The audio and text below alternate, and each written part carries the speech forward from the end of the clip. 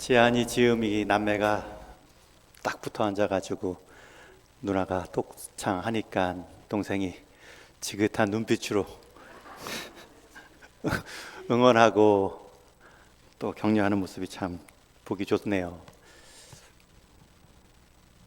여러분들이 온세대 예배 가운데 함께 참여해 주시고 마음 모아 주시는 것이 우리 교회가 앞으로 가야 할 아름다운 모습 미리 땡겨서 경험하고 계신 겁니다.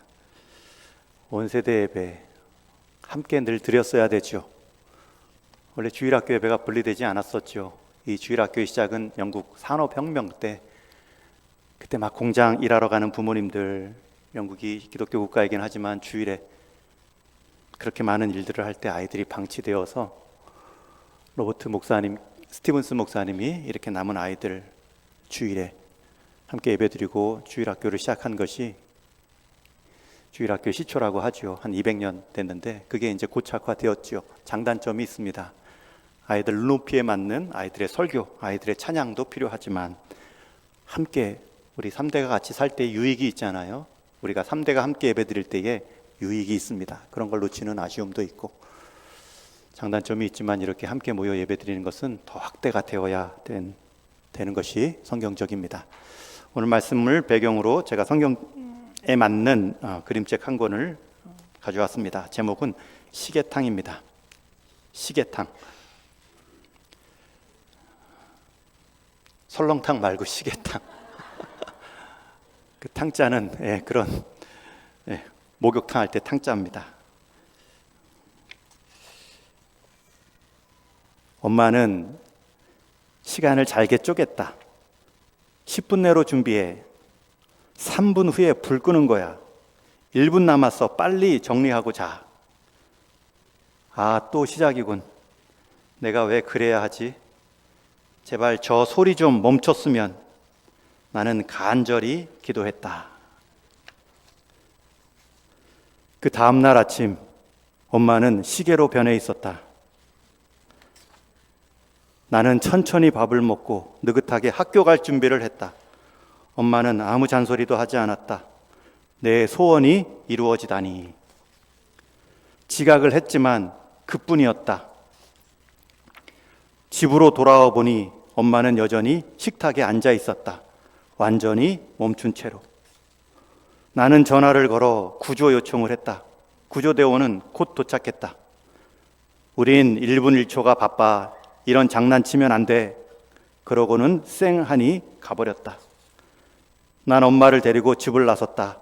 시계를 고쳐주는 곳이 있겠지. 시계병원은 진짜 있었다. 그런데 오늘부터 휴가다. 좀 급해요. 엄마가 멈춰버렸어요. 내일 시계탕으로 와 보든지. 시계병원 할머니는 어딘가 사라졌다. 시계탕, 짐을 쌓고 시계탕이라고 엄마를 가방에 모시고 다음날 나는 시계탕으로 출발했다. 어딘지는 모르지만 뒤에서 누가 자꾸 잡아당기는 것 같았다. 나는 앞만 보고 갔다. 동굴 앞에선 오싹한 소리도 들렸고 손바닥에서는 땀이 나서 나는 더 빨리 걸었다. 엄마는 점점 무거워졌다. 오늘 안에 도착할 수 있을까? 아무리 가도 시계탕은 보이지 않았다. 이대로 숲속의 미아가 되는 것은 아닌지. 그때였다. 시계탕 할머니와 눈이 마주친 것이다. 시계탕은 붐볐다. 엄마는 시계탕에 들어가더니 겨우 눈을 떴다. 나는 엄마를 기다려 주었다. 긴 하루였다. 모두 잠든 사이 할머니는 시계를 고쳤다. 아침이 밝아왔다. 나는 어떻게 집으로 돌아왔는지는 기억이 나지 않는다. 다음 날 아침 엄마는 원래 모습으로 돌아와 있었다. 끝. 이게 SF 그림책인지 중간에 살짝 해석하기 어려웠는데 꿈이었겠죠. 꿈. 첫 페이지. 그 다음 날 엄마가 시계가 되었다가 아니라 그 다음 날 아침 엄마는 원래 모습이었다. 아마 꿈속의 이야기를 꾼 것 같은데 이게 뒤에 해설이 없어요. 다만 작가의 말이 있습니다. 작가의 말이 이 의도를 좀 반영하겠죠. 엄마는 가끔 고장이 납니다. 하지만 아무도 그 사실을 모르죠. 시간이 있다면 엄마와 함께 시계탕으로 떠나보세요. 여러분, 시계탕에는 이미 시계들이 많았다는 것은 대부분의 엄마들이 그런 모습이겠다. 그리고 엄마는 가끔 고장이 나는데 왜 고장이 날까?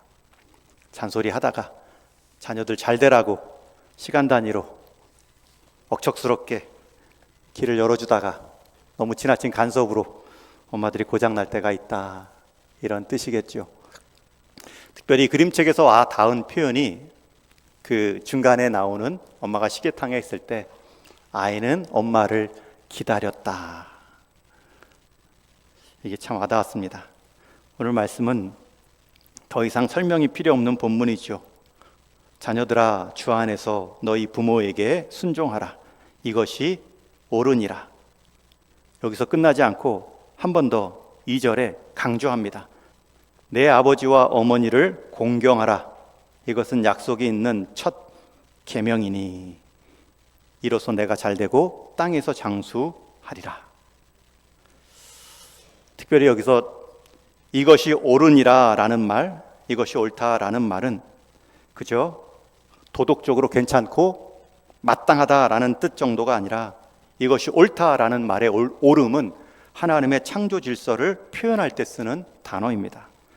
하나님이 그렇게 정하셨고 그렇게 하나님께서 부모에게 권위를 주셨으며 그 하나님께서 지은 그 창조 질서가 맞다.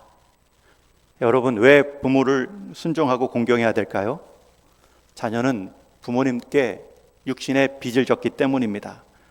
자녀가 아무리 똑똑하고 잘나 훌륭하게 출세했어도 그 시작은 부모님께 나를 낳아주신 그 부모님으로부터 시작합니다.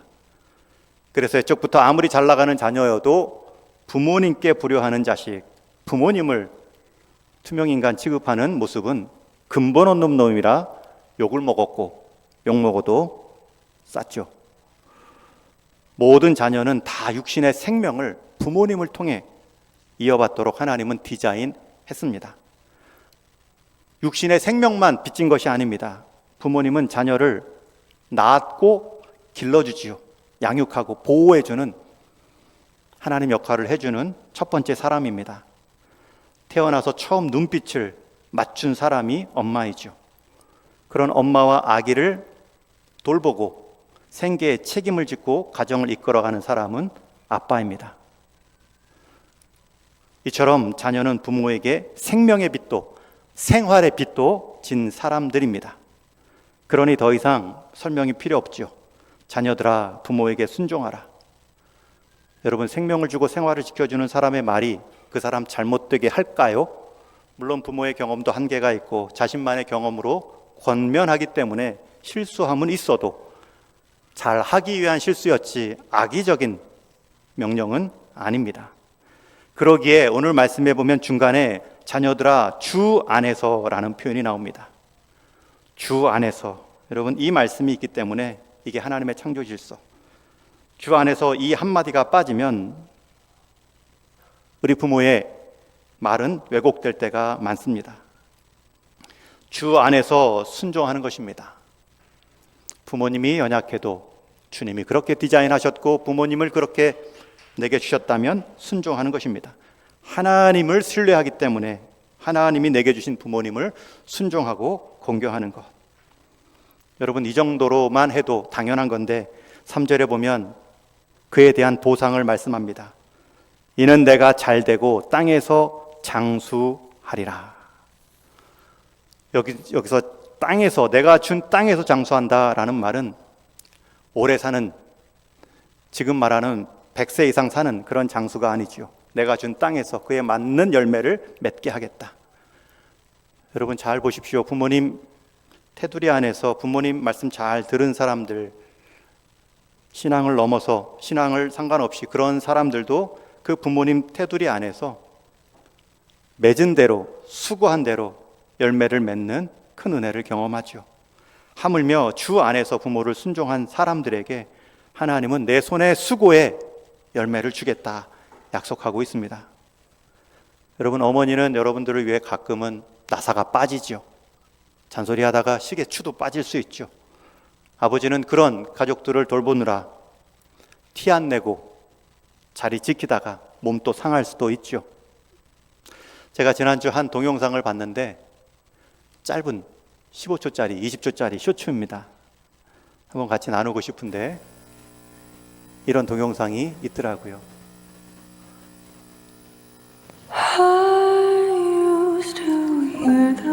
엄마가 세 남매와 아버지에게 한 가지 제안을 합니다. 다 손을 잡고 있는데 여기 4명 중에 10살 전에 피자를 먹은 사람이 있으면 한 걸음 나오세요. 그랬더니 아버지는 혼자 남고 세 자녀는 한 걸음 나갑니다. 또 여기 4분 중에 아버지와 함께 어린이 동산 10살 전에 간 사람 있으면 한 걸음 나오세요. 그랬더니 또 아버지만 낳고 세 자녀가 나갑니다. 그때 아이들이 이제 느끼는 거죠. 그리고 마지막 질문을 합니다. 여기 중에 아버지 도와서 10살 전부터 일했던 사람 한 걸음 나오세요. 그랬더니 세 자녀는 그만 자기는 움직이지 않고 아버지만 나오니까 자기들의 자리가 얼마나 이 아버지의 희생으로 여기까지 왔는가 그것을 좀 느끼게 해주는 동영상이었습니다. 여러분 집안에 계신 우리 부모님들, 어르신들 똑같이 한번 이 게임을 해보면 혼자 남을 분들은 다 아버지일 거예요. 엄마일 거예요. 생선이 나와도 머리와 꼬리만 먹는 사람 나오세요 하면 엄마만 나오겠죠. 가운데 토막 먹는 사람 나오세요 하면 우리 아이들 먼저 챙겨준 자녀들이 나오겠죠. 그런 육신의 부모의 은혜를 아는 사람이 효도할 때에도 이 땅에서 잘 되는 복을 누립니다. 왜요? 잘 섬기면, 부모님께 내가 잘 섬기면 내 자녀가 내가 부모님 섬기는 것을 보거든요. 아, 부모님은 저렇게 대하는구나. 내 자녀들이 그걸 배우고 나에게 그렇게 해주거든요. 그런데 내가 부모를 무시하면 부모는 저렇게 무시해도 되는구나. 우리 자녀들이 보고 또 배우겠죠. 하물며 하나님 모르는 세상 방법도 이러할진데 주 안에서 순종하는 자녀들에게는 하나님께서 내가 준 땅에서 하나님이 보장해 주신다는 거예요. 그 인생들, 그 영혼들. 여러분, 이 말씀은 단순한 가정 안에서의 부모를 향한 말씀만이 아닙니다. 이 말씀은 오늘 에베소 교회 공동체를 향한 말씀입니다. 교회 안에서도 어르신들이 있습니다. 우리 권위를 받은 사람들이 있고 그 권위를 사용해야 될 권세를 가진 위임받은 우리 재직들이 있습니다. 여러분, 똑같이 그 게임을 하면 맨 마지막까지 기도하는 사람, 맨 마지막까지 헌신하는 사람, 그리고 지금까지 헌신한 사람 하면은 다 우리 어르신들일 것입니다. 중직자들일 것입니다. 여러분, 그 책임감을 갖고 공동체를 세워가고 있으니 여러분들이 또 존중하시고 인정해 주시고 그 수고를 격려해 주셔야 됩니다. 오늘 우리 자녀들, 우리 다음 세대들 이렇게 어르신들이 함께 찬양할 때 같이 마음 다해 모르는 찬양도 함께 해주는 것처럼 어떻게 하든지 여러분들의 상황과 마음을 헤아리며 격려해 주는 어른이 있기 때문에 그 울타리로 내가 여기까지 있다.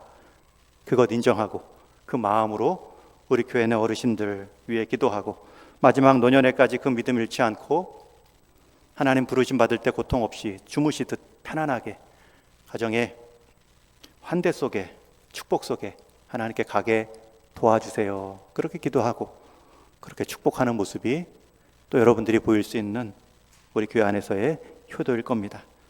그래서 이 존중하고 순종하는 문제는 나의 문제가 아니라 믿음의 문제입니다.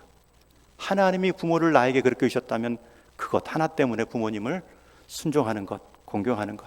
하나님께서 교회 공동체 가운데 이런 어르신들을 주셨다면 그 하나님 때문에 내게 주신 이 어르신들을 섬기는 것, 따르는 것, 순종하는 것. 그것이 하나님이 질서 매긴 것과 함께 복 주시는 방법입니다.